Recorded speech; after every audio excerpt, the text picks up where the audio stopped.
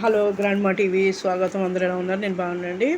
ఈ కొత్త వెరైటీగా రెసిపీ చెప్తున్నానండి. ఇది చిన్న పిల్లలకి పెద్దవాళ్ళకి చాలా నచ్చుతుంది.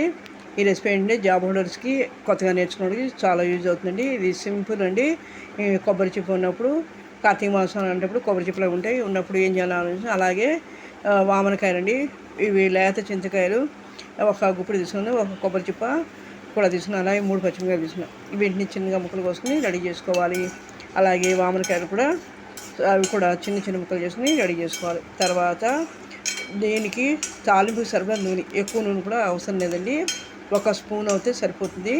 దీంట్లోనే రెడీగా ఉంచుకున్న మినపప్పు, శనగపప్పు, ఆవాలు, మెంతులు, ఎండుమిర్చి వేసి వేగనివ్వాలి. కొద్దిగా ఇంగు వేసి ఇవి బాగా వేగిన తర్వాత స్టవ్ ఆపేసి పక్కన పెట్టి చల్లారనిచ్చి ఈలోపు కొబ్బరి, మిర్చి అలాగే చింతకాయలు కూడా చిన్నగా ముక్కలు తరుక్కుని మిక్సీలో వేసుకోవాలి. దాంట్లోనే పసుపు, మనం రెడీగా ఉంచుకున్న ఈ తాలింపు, చల్లారిన తర్వాత ఈ తాలింపు అలాగే టేస్ట్ సరిపోదు. దీనికి కారం, ఉప్పు పడతాయి. ఎందుకంటే పులుపు కాబట్టి కారం, ఉప్పు పడతాయి. ఇవన్నీ వేసి దాన్ని మిక్సీ తిప్పుకోండి. ఇది చాలా సింపుల్గా ఈజీగా అయిపోయే రెసిపీ అండి.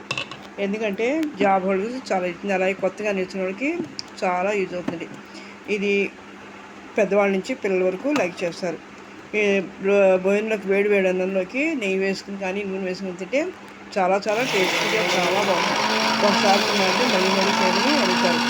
ఎందుకంటే కొంతమందికి రోడ్డు పచ్చడి రోజు కావాలంటారు. అలాంటి వాళ్ళకి ఇలా ఈ పచ్చడి చాలా బాగుంది. ఇది స్టోర్ చేసుకుని ఉంచుకుంటే గాజు సీసాలో తడి తగలకుండా ఉంటే 2-3 రోజులు ఉంటుందండి. టేస్ట్ కూడా చాలా బాగుంటుంది. మళ్ళీ చేసుకుని తినాలంటే అలాగే గడ్డి చాలా నచ్చుతుంది.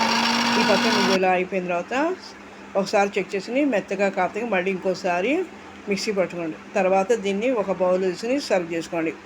ఎక్కువ ఇది చిన్న ఫ్యామిలీస్ కాబట్టి ఇచ్చేసాను. ఇది మామూలుగా అయితే 4గురికి వస్తుంది. లేదంటే ఇద్దరు ఉన్న ఫ్యామిలీస్, చిన్న ఫ్యామిలీస్ అయితే 2 రోజులు వస్తుంది. ఇది దోశల్లో కూడా చాలా బాగుంటుందండి.